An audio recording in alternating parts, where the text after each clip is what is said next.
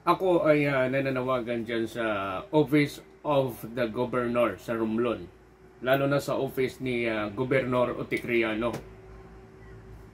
Baka naman po sir, or sa office ni Congressman, magtulungan sila. Dahil malaki po talaga ang problema dyan sa bayan ng Romblon, yung ating mga motorista. Pag nag-expired po ang kanilang lisensya at nag-expired po ang kanilang pagrehistro ng kanilang mga sasakyan, kailangan po ay pumunta sila sa udyungan. Baka naman po pwede kayo dyan, no, na mapag-usapan ninyo sa LTO na maglagay kayo ng outlet dyan sa may bahagi ng Romblon. Kahit 2 tao siguro para maiprocess yung mga dokumento at mapabilis. Hindi yung may pumupunta ng LTO dyan, 3 buwan, 4 na buwan. Kawawa din naman ang mga kababayan ninyo dyan sa Romblon. Ito po naman ay panawagan lang. Bilang isa kayong mga public servant dyan sa bayan ng Romblon, bilang tulong na rin sa ating mga kababayan na medyo mahirap na nga yung sitwasyon, napakamahal yung ating mga bilihin para iwas gastos din.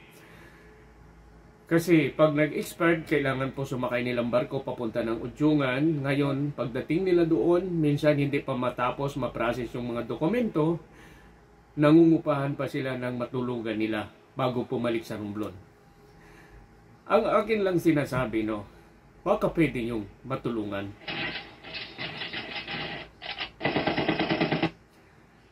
Kasi, dyan sa Romblon, inilapit ko na rin yan dati, nung panahon ng dating Pangulong Rodrigo Duterte, at nakausap ko mismo sa telepono itong dating LTO chief na si Yusik Galvante.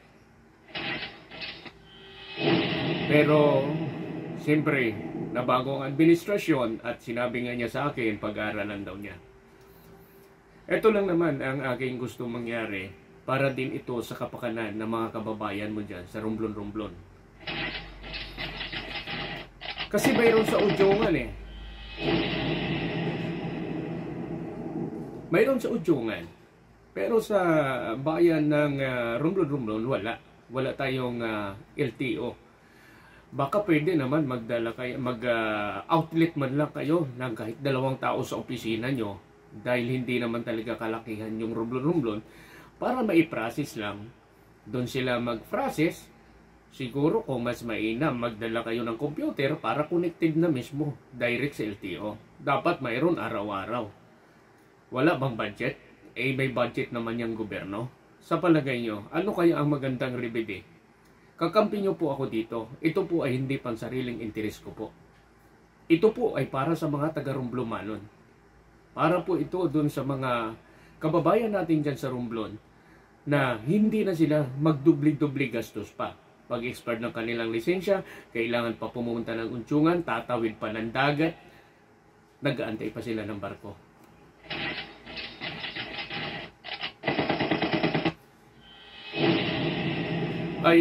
Ito lang naman ay panawagan ko sa Office of the Governor bilang kayo ay namamahala dyan sa lugar.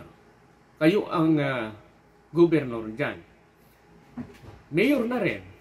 Attention there for the Mayor Gard Montuho. Baka pwedeng pagtulungan at mabigyan man lang ng outlet na magkaroon kayo ng LTO dyan.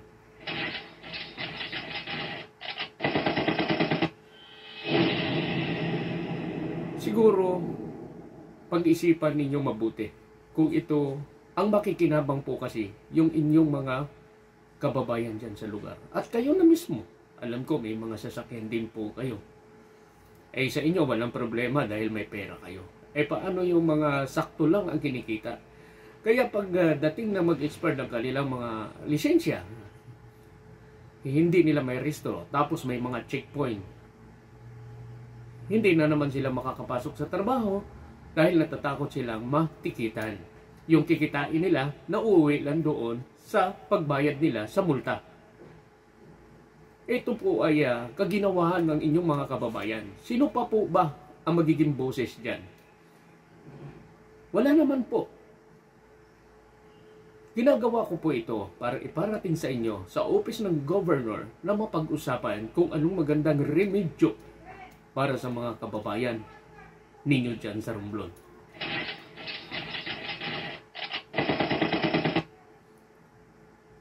alam ninyo, ang iba nung ako'y umuwi at aking naobserbahan, pag may checkpoint ng mga pulis, sila po ay hindi pumapasok sa trabaho dahil yung inaasahan nilang motorsiklo ay expired na.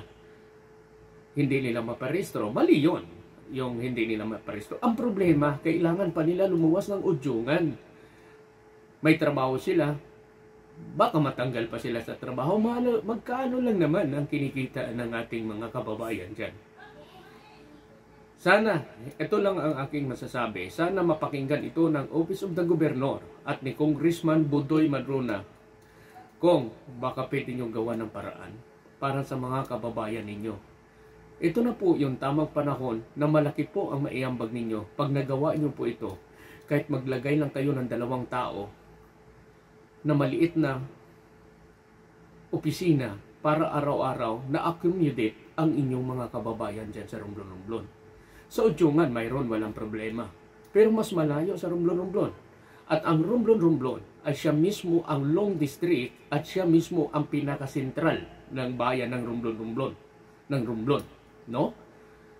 Yun lang naman po ang sa akin. Maraming salamat po. Sana po makarating po ito kay sa office ni Gobernador at ni Congressman at ni Mayor na magtulungan sila para naman po sa kapakanan ng ating mga kababayan. Maraming salamat po.